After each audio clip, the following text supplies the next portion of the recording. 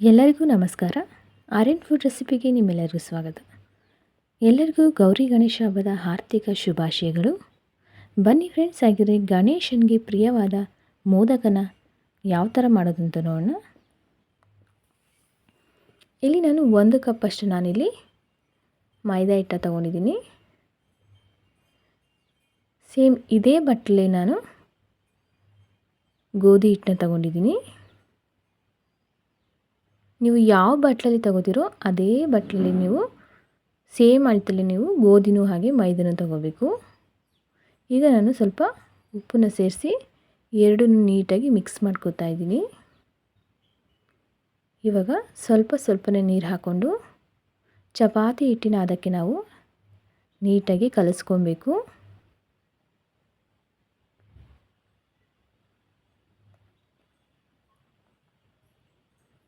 ಇವಾಗ ಒಂದು 2 ಟೇಬಲ್ ಸ್ಪೂನಷ್ಟು ನಾನಿಲ್ಲಿ ಕಾಯಿಸಿರೋಂಥ ತುಪ್ಪನ ಹಾಕ್ಕೊಂಡು ನೀಟಾಗಿ ಮಿಕ್ಸ್ ಮಾಡ್ಕೋಬೇಕು.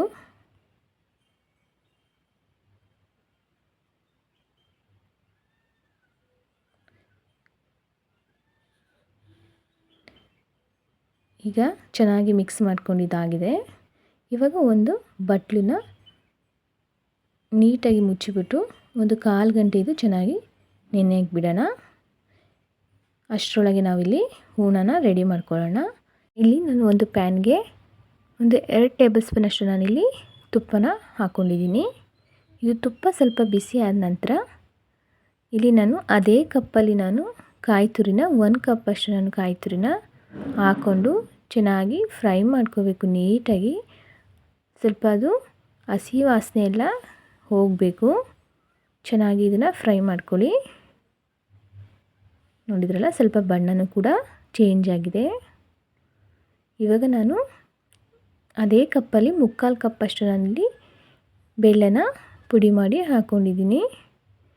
ನೀವು ಬೆಲ್ಲದಲ್ಲಿ ಕಲ್ಲಿನದು ಇದ್ದರೆ ನೀವು ಅದನ್ನು ಪಾನಕ ಮಾಡಿಕೊಂಡು ಒಂದು ಸೋಸ್ಕೊಂಡು ನೀವು ಹಾಕ್ಕೊಬೋದು. ನಾನಿಲ್ಲಿ ಡೈರೆಕ್ಟಾಗಿ ನಾನು ಬೆಲ್ಲನ ಹಾಕಿ ಇದು ಚೆನ್ನಾಗಿ ಕಾಯಿ ಜೊತೆ ಚೆನ್ನಾಗಿ ಹೊಂದ್ಕೋಬೇಕು. ಆ ರೀತಿ ಚೆನ್ನಾಗಿ ಮಿಕ್ಸ್ ಮಾಡ್ಕೋಬೇಕು ನೀಟಾಗಿ.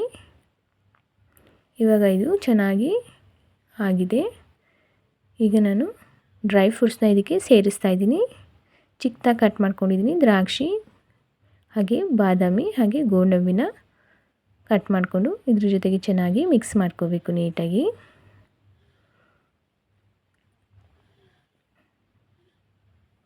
ಇವಾಗ ನೋಡಿದ್ರಲ್ಲ, ಇವಾಗ ಆಗಿದೆ. ಈಗ ನಾನು ಕಡಲೆನ ಒಂದು 2 ಟೇಬಲ್ ಸ್ಪೂನಷ್ಟು ಪುಡಿ ಮಾಡಿಕೊಂಡು ಜರಡಿ ಮಾಡಿಕೊಂಡು ಇದಕ್ಕೆ ಹಾಕ್ಕೊಂಡಿದ್ದೀನಿ. ತುಂಬಾ ಒಳ್ಳೆ ಟೇಸ್ಟ್ ಕೊಡುತ್ತೆ ಇದು. ನೋಡಿದ್ರಲ್ಲ, ಇವಾಗ ಹೂರಣ ರೆಡಿಯಾಗಿದೆ. ಇವಾಗ ನಾವು ಇದನ್ನು ಉಂಡೆಗಳಾಗಿ ಮಾಡ್ಕೋಬೇಕು. ಈಗ ಉಂಡೆಗಳು ಮಾಡಿ ಆಗಿದೆ.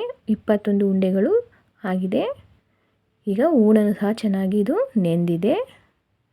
ನೋಡಿದ್ರಲ್ಲ, ಇದನ್ನು ನಾವು ಉಂಡೆಗಳಾಗಿ ಮಾಡ್ಕೊಳ್ಳೋಣ.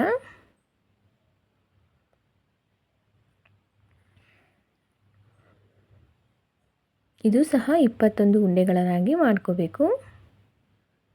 ನಾನು ಕರೆಕ್ಟ್ ಅಳತೆಯಲ್ಲಿ ನಾನು 21ನೇ ಮಾಡಿದ್ದೀನಿ. ನೋಡಿದ್ರಲ್ಲ, ಅದು 21 ಆಗಿದೆ ಹೂರಣ. ಹಾಗೆ ಹಿಟ್ಟು ಸಹ 21 ಆಗಿದೆ. ಈ ಅಳತೆಯಲ್ಲಿ ಮಾಡಿದರೆ ಕರೆಕ್ಟಾಗಿ ಬರುತ್ತೆ. ನೀವು ಇದೇ ಥರ ಟ್ರೈ ಮಾಡಿ. ಈಗ ನಾವು ಚಪಾತಿ ಲಟ್ಟಿಸ್ದಂಗೆ ನೀಟಾಗಿ ಲಟ್ಟಿಸ್ಕೊಳ್ಳೋಣ. ಸ್ವಲ್ಪ ಹಸಿಟ್ಟು ಹಾಕ್ಕೊಂಡು ನೀಟಾಗಿ ಲಟ್ಟಿಸ್ಕೊತಾ ಇದ್ದೀನಿ. ನೋಡಿದ್ರಲ್ಲ,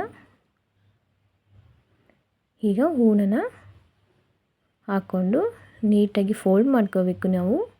ನಾವು ಸೀರೆ ನೆರಿಗೆನ ಯಾವ ಥರ ಫೋಲ್ಡ್ ಮಾಡ್ತೀವಿ ಅದೇ ಥರ ನಾವು ನಿಧಾನವಾಗಿ ನೋಡಿ ನಿಮಗೆ ತೋರಿಸ್ತಾ ಇದ್ದೀನಿ. ನಿಮಗೆ ಅದೇ ಥರ ನೀವು ಫೋಲ್ಡ್ ಮಾಡ್ಕೊಳ್ಳಿ.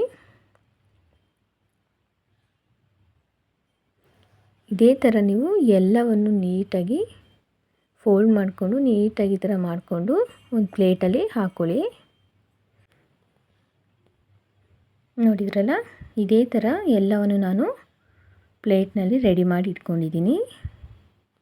ಇವಾಗ ನಾನು ಎಣ್ಣೆ ಕಾಯಲಿಟ್ಟಿದ್ದೆ, ಅದು ಚೆನ್ನಾಗಿ ಸ್ವಲ್ಪ ಕಾದಿದೆ. ಇವಾಗ ನಾನು ಒಂದೊಂದೇ ನೀಟಾಗಿ ಎಣ್ಣೆಗೆ ಹಾಕ್ತಾಯಿದ್ದೀನಿ ನೋಡಿ. ಮೊದಲೇ ನೀವು ರೆಡಿ ಮಾಡಿಕೊಂಡು ಎಲ್ಲವನ್ನು ಒಂದು ಪ್ಲೇಟಿಗೆ ಇಟ್ಕೊಂಡ್ರೆ ಬೇಗನೆ ಆಗುತ್ತೆ. ಇದನ್ನು ನೀಟಾಗಿ ನಿಧಾನವಾಗಿ ತಿರುಗಿಸ್ತಾ ಬನ್ನಿ. ತುಂಬಾ ಚೆನ್ನಾಗಿರುತ್ತೆ. ಒಂದ್ಸಲಿ ಟ್ರೈ ಮಾಡಿ ನೋಡಿ. ಗಣೇಶನ ಹಬ್ಬಕ್ಕೆ ಗಣಪತಿಗೆ ತುಂಬಾ ಪ್ರಿಯವಾದದ್ದು ಮೋದಕ. ನೋಡಿ ಇದೇ ಥರ ನೀವು ತಿರುಗಿಸ್ತಾ ಬನ್ನಿ ಮತ್ತೆ. ಇವಾಗ ಇದು ಆಗಿದೆ. ಇದನ್ನು ನಾವು ಒಂದು ಪ್ಲೇಟಿಗೆ ಹಾಕ್ಕೊಬೇಕು. ಎಲ್ಲವನ್ನು ಅದೇ ಥರ ನೀವು ಫ್ರೈ ಮಾಡ್ಕೊಳ್ಳಿ ನೀಟಾಗಿ. ಇವಾಗ ನಾನು ಎಲ್ಲವನ್ನು ಫ್ರೈ ಮಾಡ್ಕೊಂಡಾಗಿದೆ. ನೋಡಿದ್ರಲ್ಲ, 21 ಮೋದಕ ರೆಡಿಯಾಗಿದೆ. ನಿಮಗೆಲ್ಲರಿಗೂ ಇದು ತುಂಬಾ ಇಷ್ಟ ಆಗಿದೆ ಅಂದ್ಕೊತೀನಿ. ನಿಮಗೆಲ್ಲರಿಗೂ ಇಷ್ಟ ಆಗಿದರೆ ಪ್ಲೀಸ್ ನನ್ನ ಚಾನಲ್ನ ಸಪೋರ್ಟ್ ಮಾಡಿ, ಹಾಗೆ ನನ್ನ ಚಾನಲ್ನ ಸಬ್ಸ್ಕ್ರೈಬ್ ಮಾಡ್ಕೊಳ್ಳಿ, ಹಾಗೆ ಬೆಲ್ ಐಕನ್ನ ಪ್ರೆಸ್ ಮಾಡಿ.